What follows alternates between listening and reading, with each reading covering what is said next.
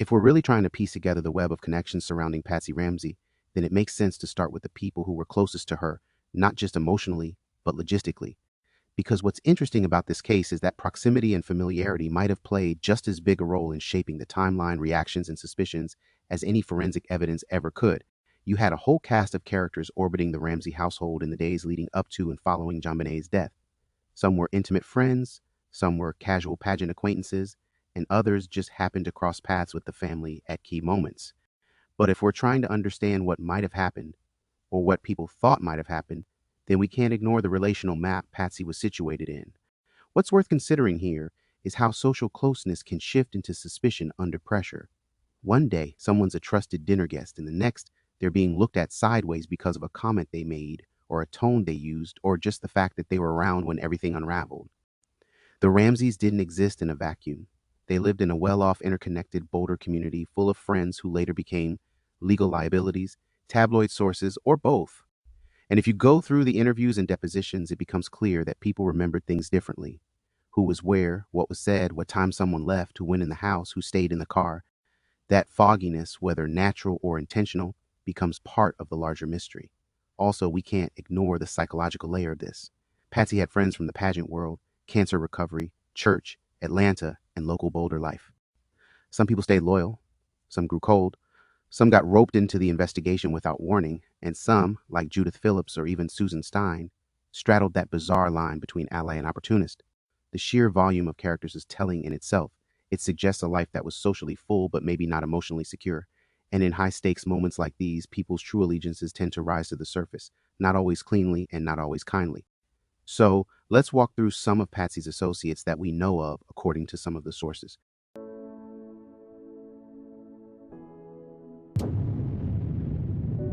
The White family, Fleet, Priscilla Fleet Jr., and Daphne White. In a 1997 interview, John Ramsey recalled leaving the White's house around 8:30 p.m. or 8:45 on December 25, 1996, after a Christmas dinner. Patsy Ramsey, in her April 1997 interview, elaborated on this Christmas party at the Whites, stating that Fleet and Priscilla White, along with their two children, Priscilla's sister Allison, and her boyfriend and Allison's daughter Heather, were present. She mentioned that Heather did not initially come to their own party due to a cold, but rallied for dinner at Fleet's house. In a December 2001 deposition, John Ramsey clarified that the Ramseys were perhaps the only friends there for Christmas dinner at the White's house, indicating it was primarily a family affair for the Whites. According to Patsy in her April 1997 interview, JonBenet and Daphne White were playmates and attended the same preschool, First Presbyterian. John Ramsey, in a June 1998 interview, confirmed that Fleet White Jr. and Burke were buddies, and Daphne and JonBenet were buddies, noting it was a nice setup. He also mentioned that Priscilla's parents and her sister and brother-in-law were at the White's house on Christmas Day. The sources also revealed that Patsy and John didn't take any pictures at the White's house that night, but the police obtained photos taken there. JonBenet's last meal on the 25th was at the White's.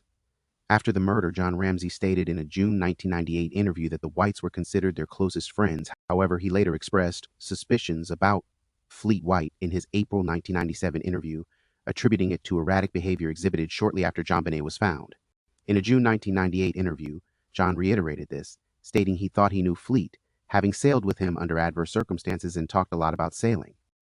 He found it bizarre that he would suspect Fleet and Priscilla, who he considered their closest friends. In a December 2001 deposition, John mentioned that Priscilla White used the term fat cat in his presence. He also stated in a June 1998 interview that there was a lot of data that flowed in afterwards to us from friends that said, Priscilla was very jealous of Patsy and made a comment that they'd rather eat glass than live in a house like Rod Westmoreland's, describing it as hatred for wealth. The police report from December 26, 1996, indicates that Fleet and Priscilla White were among the first friends notified by John or Patsy Ramsey after the ransom note was found, and they immediately came over to the Ramsey residence. In a August 2000 interview, John Ramsey noted that he later learned that the Whites had approached Susan Stein, asking to meet with the Ramseys, but Susan refused. The Burke-Ramsey vs. CBS lawsuit states that on the night of December 25, 1996, the Ramsey family attended a Christmas dinner at the home of their friends Fleet and Priscilla White. It also mentions that Fleet and Priscilla White were present at the Ramsey home when JonBenet's body was found. Priscilla White publicly stated in archive footage from the case of JonBenet Ramsey that their family was publicly branded as murderers, torturers of young children, pedophiles, and perjurers.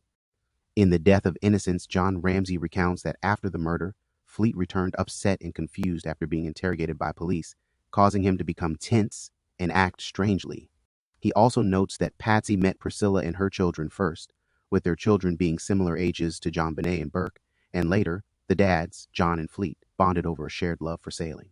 A 2008 document, Ramsey-updates.pdf, states that the Boulder Police Department clarified they had no evidence whatsoever to support allegations that Fleet and Priscilla White were involved in JonBenet's Smex contact and death or in a child Smex operation. It's almost too convenient that the Whites were such close friends of the Ramseys, especially on the night JonBenet was last seen alive.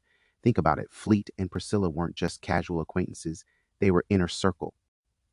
Patsy and Priscilla had a bond that began through their kids, and the families were intertwined socially and personally. So when we look at how quickly things soured after the murder, it raises a key question. What kind of relationship falls apart to that fast, unless there was already tension bubbling underneath, or at least some sense that things were never as perfect as they looked? What's also worth noting is the structure of the Whites' Christmas dinner itself. It wasn't exactly an open house. John said they were possibly the only friends there. So if we imagine this as a tight-knit family affair, the Ramseys are clearly being brought in as more than just friends. They're almost like honorary family. That makes JonBenet's final meal being served there even more eerie. If something did happen to her that night or soon after, it would put the Whites in their home in the last known location category, second only to her own house. That's not just logistical. Philosophically, it makes them narratively central. They were part of her final hours. But here's where things start to twist. The very people who were the first to be called when the ransom note appeared, the ones who rushed over to help, later became suspects in John's eyes. Now, maybe that's grief and paranoia speaking. Maybe it's self-protection, but maybe it's also projection. Because what's funny is that the behavior John labels erratic and Fleet seems like the exact sort of response anyone might have after stumbling into a crime scene involving a child they just saw the night before. Instead of reading Fleet's reaction as shock, John seems to use it as a wedge. That's a classic criminological tension. When proximity and guilt blur into each other, you either turn toward or against, and jealousy, that little word, gets dropped into the mix too. Apparently, Priscilla made a few snide comments about wealth, about how she'd rather eat glass than live like Rod Westmoreland. So now we're in envy territory. From a forensic psychology perspective, jealousy can act like dry brush waiting for a match. So if you want to theorize that someone resented Patsy's status, beauty queen aura, or lifestyle, you could definitely make a case for it. But again, just because someone rolls their eyes at rich people doesn't mean they killed a child. Still, it adds a strange undertone to a friendship that already seems to be unraveling under pressure. And there's the whole thing about Susan Stein refusing to let them reconnect. Now, that might have been a loyalty move, or it might have been to protect Patsy from a confrontation. Either way, it adds this sense that there were factions forming, and fast. The Whites were being pushed out or pulling away, but not necessarily because they were guilty of anything. Could be they were just too close to the truth, or too erratic to keep around. Or maybe they saw something they weren't supposed to see. The speculative door is wide open. What's weird too is how their image got warped by the public. Priscilla White went from a friend and party host to being called a pedophile and murderer on national television. That kind of shift doesn't happen in a vacuum. People pick scapegoats when things don't make sense. And when you look at the logistics of the timeline, the presence of the Whites at both dinner and the scene the next morning gives them a strange dual role. Witnesses and maybe psychological stand-ins for whatever the public wanted to project onto someone. That's the philosophical burden of being nearby. When something unthinkable happens, people start assigning you meaning. So maybe the Whites were just friends in the wrong place at the wrong time. Or maybe they were already straining under invisible resentments, and the murder exposed fractures that were already there. But when we step back, what we're really left with is the question of why this relationship fell apart. Was it mutual suspicion? A convenient deflection? Or just the way grief tends to consume everyone in the blast radius? Whatever the case, Fleet and Priscilla White didn't just exit the stage quietly. They were pulled into the main act, whether they wanted to be or not. The Stein family, Glenn, Susan, and Doug Stein. In John Ramsey's April 1997 interview, he stated that after leaving the White's house on Christmas night, they had gift baskets for the Walkers, Steins, and Franks. Patsy Ramsey, in her April 1997 interview, confirmed that Glenn and Susan Stein and their son Doug were at the Christmas party on December 23rd, along with Susan's mother and Glenn's mother. She also mentioned that Doug Stein was one of Burke's buddies. In a June 1998 interview, John Ramsey recalled dropping off a gift basket at the Steins' house on the way home from the Whites, and Patsy went in with Burke. The police reports from December 26, 1996, list Susan Stein as a close Ramsey family friend. Susan Stein was also interviewed as a witness in the Ramsey investigation, and records indicate that an email account attempting to impersonate Chief Mark Beckner was accessed by Susan B. Stein, who is known as a close friend of John and Patsy Ramsey. In The Death of Innocence, Glenn and Susan Stein are specifically thanked, with John Ramsey noting, "You have given of your time and your hearts in so many countless ways. We shall never be able to thank you enough." This source also confirms that after the murder, the Ramseys were staying at the Steins' house when the Whites approached Susan to meet with them. Roxy Walker and Stuart Walker.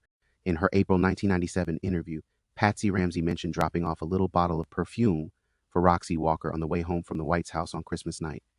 John Ramsey, in his June 1998 interview, recalled Patsy going in to give the Walkers their gifts, which he later learned was perfume. He also stated that he, Burke, and JonBenet stayed in the car at the Walkers' house. In The Death of Innocence, Roxy and Stuart Walker are listed among the good friends who arrived at the Fernie's house after the murder. Forensic files indicate that blood samples were taken from Stuart Walker and Roxana Walker as part of the investigation. Now here's where things get kind of blurry in an emotionally complex way. The Stein family, Glenn, Susan, and their son Doug, weren't just friends of the Ramseys. They were what you'd call situational anchors. They were the type of friends who show up at every Christmas party, whose son is a playmate of Burke, who get gift baskets on Christmas night, and who, critically, open their home to you right after your daughter has been found dead in the basement. That kind of closeness doesn't come from nowhere.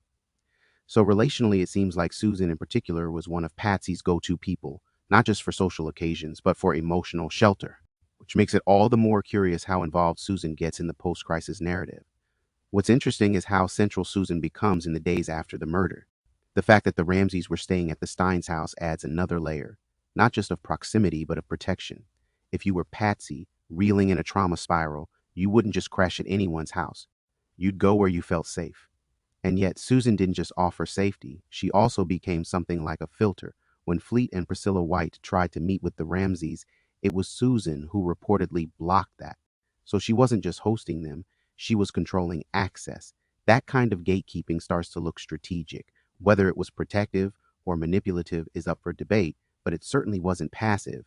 And then there's that bizarre piece about the impersonated email account. Apparently, Susan Stein accessed an account pretending to be Chief Beckner, and this was noted in official records. That's not a small thing. It's not just a quirky detail. It suggests someone very close to the Ramseys was meddling in digital communications with law enforcement optics attached. Now, maybe she thought she was helping, or maybe she was panicking, or maybe she was just trying to steer the narrative.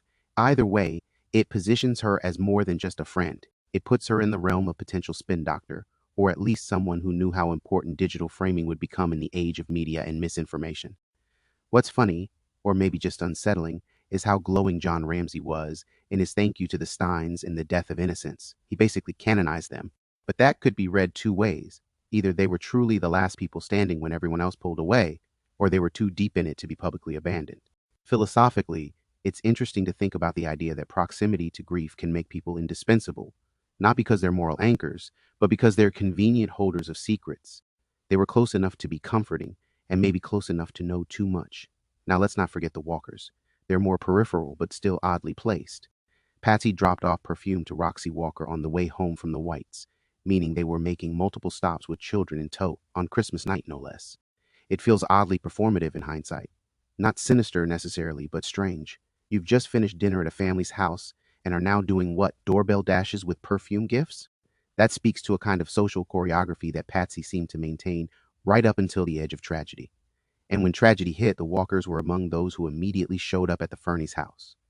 Also, let's not ignore the fact that blood samples were taken from both Stuart and Roxy Walker. Now, logically, that could have been standard protocol for people within their immediate social orbit. But still, that's not nothing. That means they were close enough to be questioned, not just emotionally, but forensically.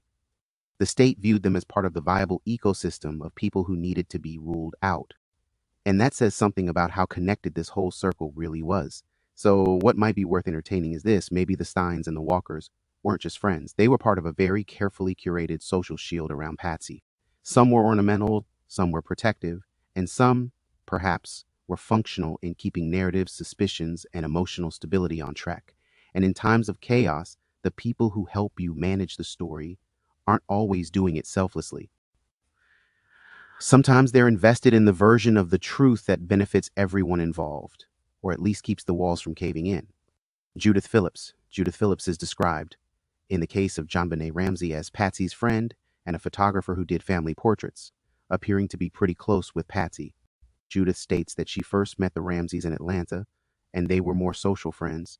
In Boulder, they became even closer friends and were on a softball team together called Mom's Gone Bad. She described Patsy as really fun to be around and a showgirl who never compromised in her clothing or home decoration. Judith also recalled a particular Christmas party where JonBenet appeared with bleached blonde hair, shocking Judith, who questioned Patsy about it. Patsy claimed it was from the summer sun in Charlevoix, Michigan, which Judith believed was a lie. Judith noted that Patsy was not the same person after JonBenet's death, looking exhausted and repeatedly asking, "Who could have killed my baby? Who could have done this?" The Burke-Ramsey v.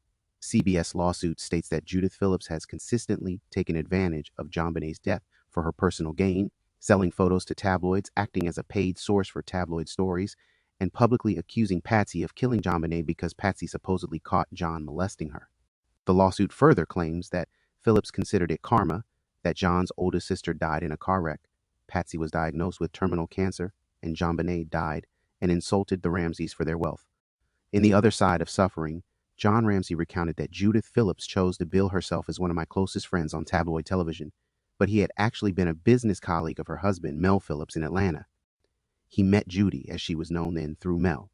By the time the Ramseys moved to Boulder, she had become Judith. John noted that they were pleased that she truthfully reported never seeing us hurt the children or being abusive in any way, instead describing them as a loving, close-knit family. However, on one occasion, Judith did state that she hated even to think that we might be guilty. Judith Phillips is one of those names that float somewhere between friend and opportunist, depending on who you ask and which point in the timeline you're talking about. Early on, she seems to have been a legitimate part of Patsy Ramsey's life. A photographer, yes, but also a softball teammate, a party guest, and someone who felt familiar enough with Patsy to comment on everything from her wardrobe to her interior design choices. That nickname, Showgirl, wasn't said with disdain. It came from a place of knowing how much Patsy cared about presentation, about appearances. And if we're being honest, that whole aesthetic vibe around Patsy becomes its own character in this story, one that Judith probably understood better than most. Now, what's interesting is that Judith claims they grew closer in Boulder than they ever were in Atlanta, which suggests this wasn't just some business tie-in from the past. It evolved. And in a community like Boulder, where friendships often formed around pageants, parties, and prestige, Judith's role feels like that of a social mirror, someone who both validated Patsy's style and possibly envied or judged it at the same time. Think about the moment she brings up JonBenet's bleached blonde hair. That wasn't just idle gossip. That was a red flag, or at least a raised eyebrow. Judith says she didn't believe the sunlight from Charlevoix explanation, and that she remembered it clearly. So what does that tell us? Either Judith had an eye for details that others ignored, or she was already positioning herself to be a narrator in a story not fully hers. And that's where things get messy. After JonBenet's death, Judith doesn't just fade into the background. She becomes a kind of public voice, sometimes for, sometimes against, the Ramseys. According to the Burke-Ramsey versus CBS lawsuit, she's accused of exploiting the tragedy for personal gain, selling photos, feeding the tabloids, and pushing some extremely serious accusations against Patsy and John. That's not something you do lightly, especially when you've once called someone a close friend. So what changed? Was it grief? Was it bitterness? Or was it an opportunity that felt too profitable to pass up? Philosophically, we could ask whether Judith's shift represents something bigger, like what happens when personal intimacy meets public spectacle. Did she truly believe Patsy was hiding something dark? Or did she feel ignored and cut off from the circle of trust after the murder and decided to recast herself as a truth teller? There's something disturbingly common in criminology about former friends becoming sudden experts on motive. They get interviewed, quoted, and elevated because proximity is mistaken for insight. But that doesn't mean they actually know anything. It just means they were close enough to look credible. John Ramsey, for his part, walks a fine line in how he talks about her. On one hand, he tries to clarify that she wasn't actually as close to them as she portrayed in the media. On the other, he acknowledges that she did tell the truth on one thing: she never saw any abuse. And maybe that's part of what bothers him most. This idea that someone who vouched for their parenting in private could still publicly toy with the possibility of their guilt. There's a betrayal there that goes beyond hearsay. It's a philosophical betrayal, really, a betrayal of narrative consistency, of mutual protection, of what friendship even means when someone dies under suspicious circumstances. And then there's the comment she allegedly made, that it was karma for the family to experience so much tragedy. That kind of statement doesn't come from nowhere. It's laced with judgment, even a bit of cruelty, and suggests that Judith might have held long-standing resentment toward Patsy's lifestyle, her wealth, or maybe just her ability to control a room. Or perhaps Judith felt used, like she was good enough for photo shoots and party invites, but not good enough to be trusted once things went dark. That kind of social hierarchy can breed bitterness fast. So in the grand narrative of friend or foe, Judith Phillips sits in the gray zone. She knew the Ramseys. She probably knew them better than many. But she also chose to make herself part of the public story. Whether that was an act of conscience or an act of convenience is debatable. But what's not debatable is this. Judith's version of events, her suspicions, her memories, her commentary, helped shape the way the world came to see Patsy. And once someone contributes to the public framing of a case like this, especially one that's never been solved, they're no longer just a friend. They become a character, and characters don't always tell the truth. Sometimes they tell the version that gets them the most attention. The Paw family, Nedra, Pam, Polly, and Don Paw. The Paws are Patsy's immediate childhood family. In a June 1998 interview, John Ramsey mentioned that Patsy's mother would come out and stay with the kids if the Ramseys were going to be gone for a while. He also stated that Don Paw, the children's grandfather, stayed with him a few times, or the kids would go to his apartment. According to a December 26, 1996 police supplemental report, Patsy's mother, Nedra Paw, had previously told her that Linda Hoffman Pugh had remarked, "JonBenet is so pretty. Aren't you afraid that someone might kidnap her?" This comment was later recalled as strangely menacing in the death of innocence. John Ramsey, in a June 1998 interview, confirmed Patsy's mother was in West Virginia. Patsy's sister, Pam Paw, told CBS affiliate WGCL-TV in Atlanta that we always knew no one in the family had anything to do with it. It's nice to hear the Boulder County District Attorney's Office is finally coming forward with this information. I hope the person who did this is still alive so we can meet him face to face. Pam also stated that Patsy was a very resilient person, very faithful to her God, and she knew in her heart what the truth was. In a June 1998 interview, John Ramsey indicated that Pam and Polly were Patsy's sisters. He also explained that Pam had been in pageants and was a wonderful singer with a beautiful voice, while Polly didn't have talent for the talent competition aspect of pageants and played the flute in a high school band. John mentioned that Patsy's mother and sister went on a mother-daughter trip to New York with Patsy and JonBenet. In The Other Side of Suffering, John Ramsey notes that Patsy's mother and sisters saw JonBenet as a future Miss America and helped coach her, create costumes and hairstyles for competitions. Both Patsy and Pam won the Miss West Virginia title in different years and had participated in beauty pageants since junior high school. John also recalls Patsy taking JonBenet to a Miss West Virginia reunion in 1993, which sparked JonBenet's desire to be like her mother. In The Death of Innocence, the Paw family are acknowledged by John and Patsy for standing with them. After the murder, members of Patsy's family, including her sisters Pam and Polly, Polly's husband Grant, and John Andrew, Melinda, and Stuart, gathered with the Ramseys at the Fernie's house. The Paw family stands out in this entire case as the one group that never really wavered in their support of Patsy, not publicly, not privately, and certainly not narratively. And that might mean everything or nothing, depending on how you see loyalty in the face of tragedy. From the beginning, they were there, Nedra, Pam, Polly, and Don, forming a kind of emotional barricade around Patsy when the world started closing in. But what's also interesting is that they weren't just a protective wall. They were part of Patsy's formative world, the people who shaped how she saw herself, her daughter, and maybe even her role as a mother under the harsh lights of public judgment. When John Ramsey describes Nedra Paw flying out to watch the kids when needed, or Don Paw stepping in as grandpa support, it paints a picture of a family that operated like a tight-knit Southern clan. Reliable, present, integrated, but not just in a supportive way, also in a performative way. Pageants ran through this family's bloodstream. Patsy didn't just stumble into glitter and stage lights. She was raised on them. And JonBenet, in turn, was being groomed for that same legacy. So, if you're thinking about the narrative of perfection that the Ramseys projected, you can't ignore that it had roots in this generational ambition. That can create pressure, that can create delusion, and that can create blind spots when things fall apart. Now take that infamous quote from Nedra about the housekeeper saying JonBenet was so pretty that someone might kidnap her. On the surface, it sounds like nothing more than idle chatter, but over time, especially in hindsight, it started to feel loaded, ominous even. Why? Because when something unspeakable happens, the brain rushes to assign weight to every breadcrumb. Nedra's recollection of that comment and its later reappearance in an death of innocence tells us something about how the family tried to make sense of the chaos by turning over every pebble and labeling it a clue. Whether that's evidence of clarity or desperation is still up for debate. Pam Paul, in particular, emerged as a vocal defender of Patsy, not just behind the scenes, but out loud, on television, in interviews, in court statements. She came out swinging against the idea that anyone in the family could have been responsible. That's loyalty, but it's also strategy. Pam understood the importance of media framing, and she played her role with conviction, but that also makes her statements feel curated at times, like someone determined to keep the family image intact no matter what. Could that have been love? Absolutely. Could that also have been denial? Or even an unconscious form of damage control? Maybe. What's a little funny, or maybe just very human, is how John paints Patsy's sisters with this contrast. Pam is the singer and beauty queen. Polly is the flute-playing sister who lacked pageant talent. That one-off comment probably meant little to him, but it tells us a lot about how hierarchy and identity worked inside this family. Patsy was the star, Pam was the supportive echo, and Polly, while part of the core, wasn't quite on that pedestal. These roles matter because in moments of crisis, families often revert to their most entrenched scripts. The pageant family becomes the PR machine. The loyal sister becomes the spokesperson. The matriarch clings to tradition and spiritual resolve.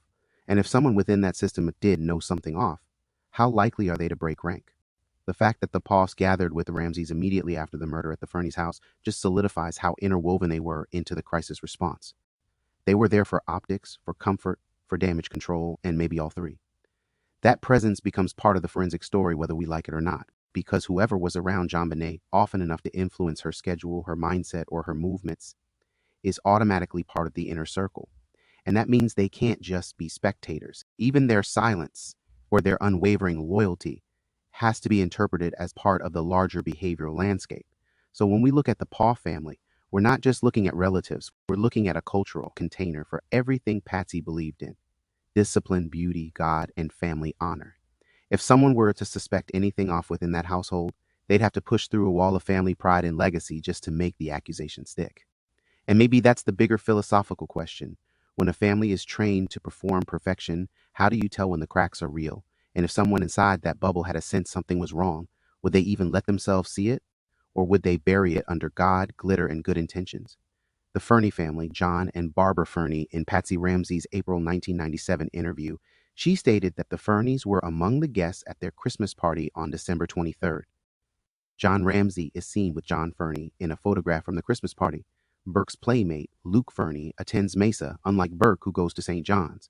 On the morning of December 26th, after discovering the note, Patsy Ramsey called the Fernies, who were described as close friends. The police report from December 26, 1996, indicates that John and Barbara Fernie were among the friends who promptly arrived at the Ramsey home after Patsy's 9/11 call. In a June 1998 interview, John Ramsey stated that Barbara Fernie was with Patsy in the study after JonBenet's body was found and wouldn't let Patsy go into the room where JonBenet was discovered. He also mentioned that Dr. Buff, a family friend and pediatrician, was primarily at the Fernie's house as a concerned friend after the incident. In The Other Side of Suffering, John Ramsey describes arriving at the Fernie's house like refugees staggering in from a storm, and the Fernies graciously took us in. Barbara Fernie is noted as having had emotional problems before this all happened, and John Fernie later wrote to the Ramseys asking Patsy not to contact Barbara due to her difficulty dealing with the situation. Forensic files confirm hair and blood standards were taken from John Fernie. The Fernies are a fascinating thread in this entire web, because unlike the Whites or the Steins, who became either adversaries or intermediaries, the Fernies seem to hover in this almost sacred emotional space for Patsy. They were described as close friends, and it shows in the immediacy of their presence. Patsy called them right after the ransom note was found, before the media frenzy, before the police fully took over, before anyone even knew what kind of story this would turn into. That kind of knee-jerk outreach speaks volumes. You don't call just anyone in that moment. You call someone who feels like a stabilizer, someone you trust implicitly, who won't ask too many questions, but who also won't let you fall apart. And that's exactly what Barbara Fernie did. She literally stood between Patsy and the discovery of JonBenét's body. She kept her out of the room. That's not just a friend, that's a shield. What might be worth thinking about here is how proximity and instinct go hand in hand in situations like this.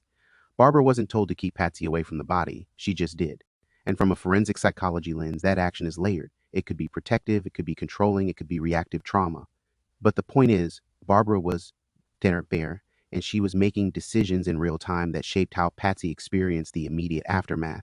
That gives her a unique position in the narrative, not just a witness to events, but a kind of co-author of Patsy's emotional trajectory that morning. She helped steer the direction of the first few hours, whether intentionally or not. And what's odd is how emotionally loaded the Fernies' role becomes afterward. John Ramsey describes them almost poetically, saying they graciously took us in, as if they were war refugees and the Fernies were a shelter from the storm. That's not just gratitude, that's myth-making. That's the kind of language people use to elevate someone's role in a crisis so high that they become untouchable. But then later, things shift. Barbara is noted to have had emotional difficulties even before JonBenét's murder, and after the fact, she struggled deeply with the weight of it all, to the point where John Fernie asked Patsy not to contact her anymore. That's a dramatic relational rupture, even if it was phrased as concern. So what changed? Maybe Barbara was too fragile to carry the weight of someone else's grief. Or maybe she saw something that didn't sit right and couldn't reconcile it. Or maybe, and this happens often in high-profile trauma, she started to become a liability. Not because she was guilty, but because she was too emotionally raw to keep the narrative under control. That happens in these cases. People who were safe at first become unpredictable later. It's not always a sign of guilt, but it is a disruption. And disruptions make everyone nervous. And we also can't ignore the fact that forensic samples were taken from John Fernie. Hair and blood. That's not nothing. Even if it was routine protocol, it still positions him inside the circle of suspicion, however briefly. It tells us that law enforcement considered him part of the immediate ecosystem that had to be ruled out. He wasn't just the friend at the door, he was part of the inner orbit of people whose closeness to the crime scene made them worth sampling.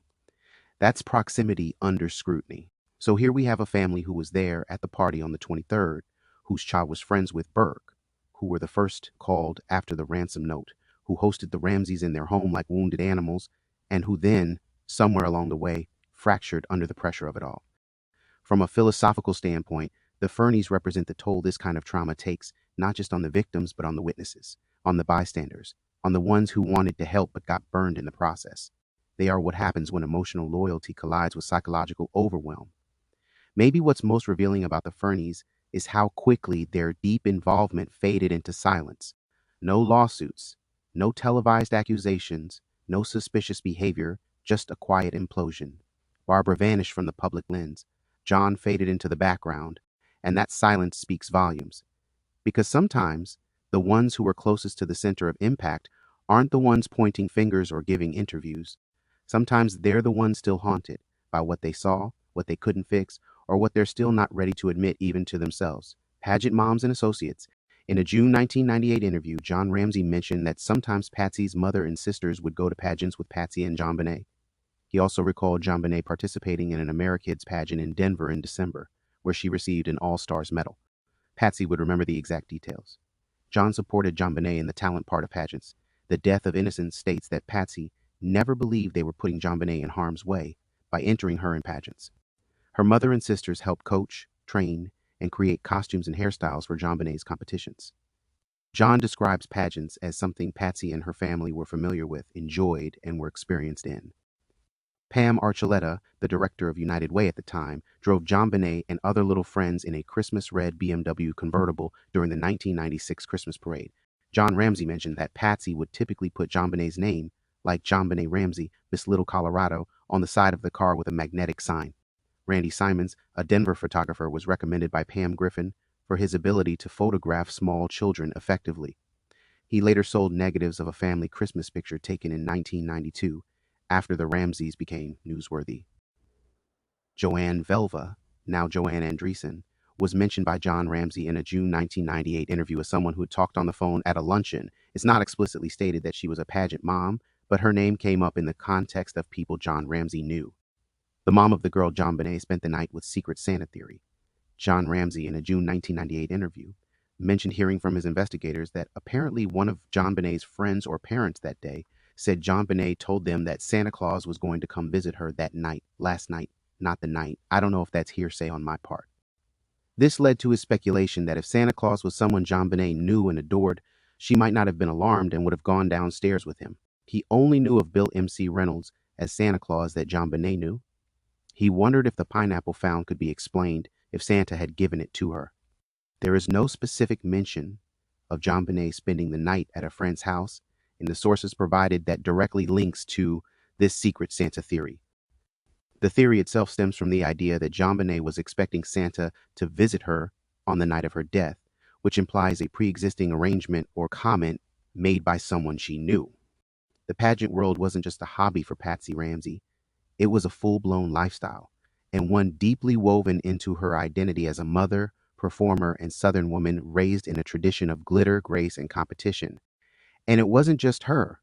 Her mother, her sisters, even her daughter were all part of this extended ecosystem that made beauty contests feel like family business. According to John, they were seasoned in it. They knew how to prep, perform, pose, and win. But what's curious is how that pageant culture, something Patsy saw as wholesome and goal-oriented, ended up being one of the most controversial and misunderstood elements of the JonBenet narrative. Because in hindsight, people didn't just see the sparkle and sequins, they saw exposure, they saw vulnerability, and maybe even exploitation. But from Patsy's point of view, the pageants were a place of joy and structure, something she could do with a JonBenet, not to her. The coaching, the costumes, the hair, these weren't just beauty rituals, they were bonding rituals. Patsy was recreating her own past through JonBenet's present, hoping to pass down the legacy of crown grace and public polish. But therein lies a philosophical problem. When identity and performance become indistinguishable, how do you know where the child ends and the stage persona begins? Patsy didn't think she was putting JonBenet in harm's way, but maybe the harm wasn't external. Maybe the danger wasn't some lurking predator, but the open invitation that came with turning a 6-year-old into a local icon. People like Pam Archuleta and Pam Griffin appear here almost like peripheral satellites to the pageant scene, driving kids in parades, recommending photographers, helping create this hypervisual culture around JonBenet. It wasn't sinister on the surface. It was community support, neighborly involvement, and probably a little starstruck admiration. But when you look at it from a criminology perspective, these roles start to take on a strange weight. Because when a tragedy happens, everyone who helped elevate the spotlight becomes a potential participant in its fallout. They may not have had anything to do with what happened, but they helped build the stage JonBenet was always on. And stages, by nature, attract audiences, some supportive, some predatory. Then there's Randy Simons, the photographer recommended for his skill with children, who later sold photos once the Ramseys became tabloid gold. That kind of shift, from family photographer to commercial opportunist, tells us something about how quickly roles change in the wake of public horror. One minute, you're behind the camera capturing holiday moments. The next, you're feeding the very media machine that turns grief into gossip. Maybe he needed the money. Maybe he felt the photos were already public domain in spirit. But either way, it shows how fast sentiment turns into currency once a child becomes a headline. Joanne Velva, later Andreessen, is only lightly touched on in interviews, but her placement still matters. People like her drift in and out of the scene, not major characters, but still in the script. Their presence helps illustrate just how wide Patsy's social net really was, and how hard it is to separate pageant acquaintances from actual friends. In these kinds of communities, it's easy to blur the line between support and performance. Everyone's smiling, helping, posing, and yet when disaster hits, very few of them actually stay close. That alone should make us wonder how many of these relationships were genuine and how many were built on shared image management. And then we get to the infamous Secret Santa theory, the idea that JonBenet may have expected a visit from Santa Claus on the night she died. It sounds almost fantastical, except it came from something JonBenet allegedly told someone else. That throws everything into a different lens, because now we're not just talking about an intruder theory, we're talking about trust. Someone JonBenet may have known, or at least admired, could have used a persona she loved, Santa, to gain access to her after dark. And from John's point of view, the only Santa he knew JonBenet trusted was Bill MC Reynolds. But the fact that there's this floating, unconfirmed account of a child expecting a visit from Santa opens the door to dozens of speculative theories, each one darker than the last. And maybe that's the real tragedy embedded in the pageant world. It wasn't evil in itself, but it normalized public access to JonBenet, her face, her voice, her movements. It made her recognizable, memorable, and possibly even desirable to the wrong person. The very thing Patsy thought was empowering might have exposed her daughter to dangers she couldn't predict or protect against. And yet, Patsy clung to it. Even after the murder, the legacy of beauty, performance, and image remained part of how the family spoke about JonBenet. Because when your identity is rooted in how you appear to the world, undoing that narrative feels impossible. You don't just stop being a pageant mom. Even in grief, you keep fixing the sash. Other associates of Patsy Ramsey, Linda Hoffman Pugh, cleaning lady, Patsy's housekeeper for about 2 years, paid $200 a week, cleaning twice a week. Patsy believed Linda had a key to their home. A police report from December 26, 1996, stated that Linda had asked Patsy to borrow $2,500 for past due rent to her sister landlord. Patsy intended to leave a check for her on the kitchen counter. Patsy's mother, Nedra Paul, reportedly told Patsy that Linda had remarked, "JonBenet is so pretty. Aren't you afraid that someone might kidnap her?" John Ramsey confirmed in a June 1998 interview that the cleaning lady and her husband Linda and Mervyn had access to the basement to put out Christmas decorations. He also mentioned that they quickly focused on the cleaning lady due to her request for money and a fight with her sister. In Linda Hoffman Pugh's libel suit, Linda Hoffman Pugh claims Patsy and John defamed her by implying she was a murder suspect in their book, The Death of Innocence, using these details. Forensic files include saliva samples from Linda Pugh and Mervyn Pugh. Carolyn Bliley. Patsy stated in her April 1997 interview that Carolyn Bliley probably had a list of people who were at their Christmas party on the 13th, as Carolyn organized it and sent invitations. Joe and Betty Barnhill. The Barnhills were at Patsy's Christmas party on December 23rd. John Ramsey said in a June 1998 interview that Joe Barnhill, a neighbor, had kept JonBenet's new bicycle in his basement for them. John Ramsey also mentioned a man coming to their door looking for the Barnhills during the party. Linda Hoffman, Patsy said in her April 1997 interview that Linda Hoffman helped her all day getting ready for the Christmas party on December 23rd and stayed through Santa Claus's visit. John Ramsey, in a June 1998 interview, suggested Linda Hoffman or Rob or Father Roll might have helped Patsy get Christmas stuff out of the basement. Bill and Janet M.C. Reynolds, Mr. and Mrs. Santa Claus, they came as Santa and Mrs. Claus to the Christmas party on December 23rd. John Ramsey, in a June 1998 interview, explained that Patsy met Bill M.C. Reynolds in the mall wearing a Santa outfit and invited him to their party. He had done the party for 2 or 3 years. John described Bill as very frail, and Janet came to help him. In The Death of Innocence, it's revealed that Janet M.C. Reynolds had a play called Hey, Rube, which depicted a young girl held captive in a basement. Bob Wallace, John Ramsey indicated in a June 1998 interview that Bob Wallace had done some handy work for Patsy, including making an elaborate gingerbread house for a historical society open house Patsy hosted. John thought Bob and his friend might have been gay. He also stated that Patsy would know for sure if Bob Wallace assisted with decorating in 1996. Susan Savage, John Ramsey described Susan Savage as a family babysitter who would stay with the kids. He elaborated that Susan pretty much lived for us when Patsy had cancer that year, being there from dawn till dusk for literally for the whole year. Her primary role was caring for the kids. John did not remember how Patsy connected with her. Dr. Buff Penny and Check Buff. John Ramsey identified Dr. Buff as the family pediatrician and a friend of ours. After JonBenet's death, Dr. Buff was present with the Ramseys at the Fernie's house, primarily as a concerned friend, and John thought he might have put Patsy on medication. In The Death of Innocence, Penny and Check Buff are listed among the good friends who arrived at the Fernie's house. Ron Westmoreland. John Ramsey referred to Rod Westmoreland as their friend and stockbroker in Atlanta. Ron Westmoreland hosted a reception after JonBenet's funeral in Atlanta, where John's friends consoled him. Larry Barber and Pinky. John Ramsey identified Larry Barber in a photo from the Christmas party, noting the Barbers are usually there every year. He couldn't see Pinky, who took pictures. Blonde Bee neighbor John Ramsey mentioned that Priscilla White used to refer to a jogger who lived on the next block to the north as the Blonde Bee, after the jogger commented on junk piled in Priscilla's living room. Patsy didn't have any issue with this neighbor. Susan Bennett Jameson. John Ramsey heard about Sue Bennett from friends like Susan Stein, who reportedly checked internet content, as Sue Bennett was a supporter of the Ramseys. Sue Bennett also ran a website called Remember the Child. In The Death of Innocence, it is mentioned that Patricia, an alias for Patsy, used in emails communicated with Jameson, Denise Wolfe, and Cheryl. Denise Wolfe was John Ramsey's assistant, and Cheryl sat next to her. Cheryl handled travel arrangements and might have known about John's bonus, making it not out of the question for her to know.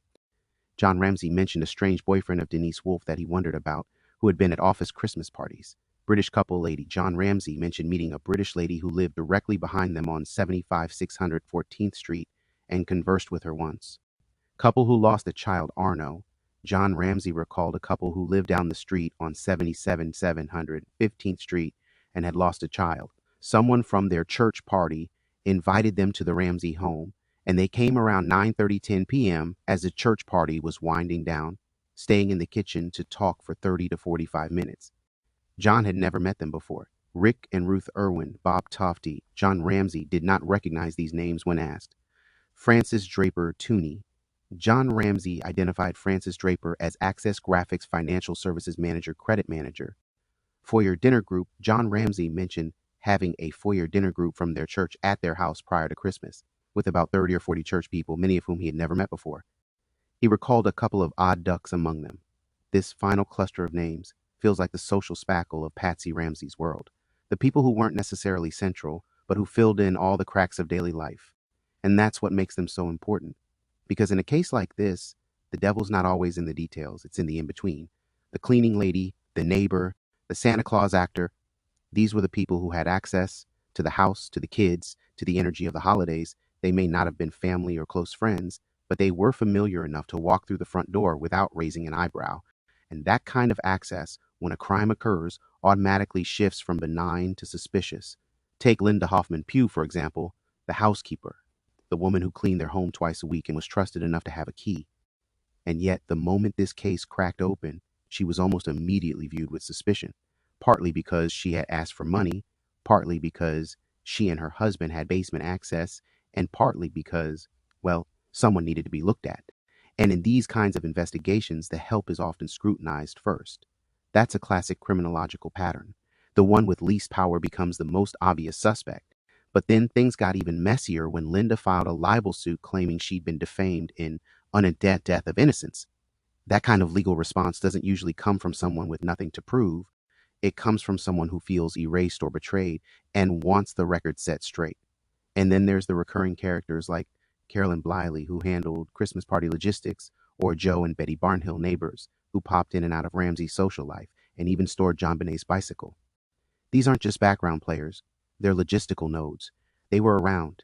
They knew the layout of the house. They saw what normal looked like before it all unraveled. Even someone like Linda Hoffman, who helped Patsy prepare for the Christmas party, becomes more than just a party planner when we're asking who had reason or opportunity to be in and out of the basement. This becomes less about accusations and more about opportunity mapping. Who touched what? Who saw what? Who left the door unlocked? Then you have the McReynolds, the couple who came to the Ramsey home dressed as Santa and Mrs. Claus. That sounds whimsical until you realize the symbolic weight it carries. Santa Claus becomes central to the secret visitor theory. And then the detail emerges that Janet M.C. Reynolds once wrote a play about a child being held captive in a basement. Now, is that just eerie coincidence? Or is it projection, an artistic idea that turned into a retrofitted red flag? Philosophically, this is where we get into what forensic psychologists call pattern bias. When something is already horrifying, we start connecting any strange art, story, or role to it, even if it wasn't suspicious before. But even so, the symbolism around that couple is hard to ignore. It doesn't feel random, and you can't forget the helpers. Susan Savage, the babysitter who was practically a live-in caretaker during Patsy's cancer. Dr. Buff, the pediatrician and so-called concerned friend who may have helped medicate Patsy after JonBenet's death. These aren't side characters. They were deeply embedded. Susan knew the kids' routines. Dr. Buff knew their bodies and behaviors, and both of them were in the mix at the Fernie's house after the body was found. In any other story, they'd be seen as support staff, but in this one, they're part of the fabric. And if you're unraveling that fabric, you can't pull certain threads without loosening the whole thing. Then there's the odd mix of acquaintances. Ron Westmoreland, the financial advisor who held a reception after the funeral. Sue Bennett, an online supporter who monitored pro-Ramsey chatter. Denise Wolfe and Cheryl from John's office, one of whom had a strange boyfriend. The blonde bee jogger neighbor. The British lady out back. The couple who had lost a child and wandered into the house during a church event. Each one of these people on their own doesn't make the case wobble, but together they show just how porous the Ramsey social world was. People coming in and out, attending parties, making comments, sharing glances, logging into email accounts, taking photos, dropping gifts. And finally, there's the foyer dinner group, 30 or 40 church folks who had recently been in the Ramsey house, some of whom the family barely even knew. John called some of them odd ducks. That may have been nothing, or it may have been a subconscious red flag. Because when you invite strangers into your home under the guise of fellowship or holiday spirit, you're also creating exposure. And again, maybe none of these people did anything wrong, but exposure means vulnerability. And the irony here is that Patsy, who managed everything down to the centerpieces and the costuming, may not have realized just how open her doors and her daughter's life really were. So this whole final group, if we're being honest, isn't just a laundry list of characters. It's a behavioral blueprint, a record of who was moving around, who had reason to be close, and who, intentionally or not, helped shape the rhythms and rituals that made the Ramseys' home feel normal until it didn't. And we can go ahead and start closing it down, but what do we make of it all? The sheer number of names, stories, and moments creates this chaotic puzzle of friendships and acquaintanceships where everyone seems to either know something or think they know something. And it's not just about who's guilty or innocent, it's about who seemed off, who said something strange, who got too close or not close enough. Some people tried to help, others tried to protect themselves. And some, whether out of grief, fear, or ego, decided to rewrite the roles they played altogether. What's funny is how much overlap there is between the helpers, the doubters, and the accused. Maybe what's most haunting is that so many of these people weren't just passersby, they were deeply woven into the rhythms of the Ramsey household.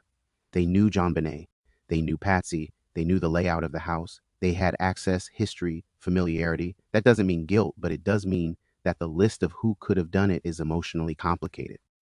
Because at the end of the day, many of the names mentioned didn't need to break in. They could have walked in the front door, been welcomed with a smile, and left without anyone thinking twice. That's the part that sticks. And so here we are, years later, still analyzing dinner guests and Christmas parties like they were chapters in a mystery novel. Maybe they are. Maybe the answer was hiding in plain sight all along, or maybe it truly was someone outside the fold, exploiting an open house in a moment of vulnerability. But what becomes clearer, the deeper we look, is that Patsy's world wasn't just socially full, it was socially fragile. And in the cracks between closeness and suspicion, we find some of the most compelling questions this case still has to offer. Always, I truly appreciate your love and support. Thanks for watching. Don't forget to like and share and subscribe if you haven't. And until next time, take care of yourself.